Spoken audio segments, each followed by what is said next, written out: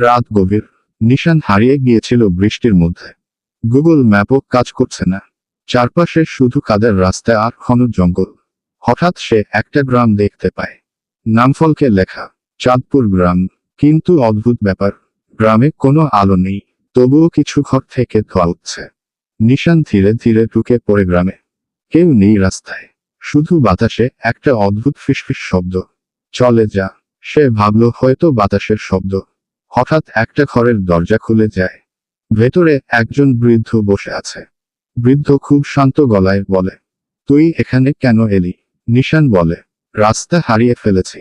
বৃদ্ধ ধীরে মাথা নাড়ে, এই গ্রামে কেউ আসে না, আর যে আসে সে বের হয় না।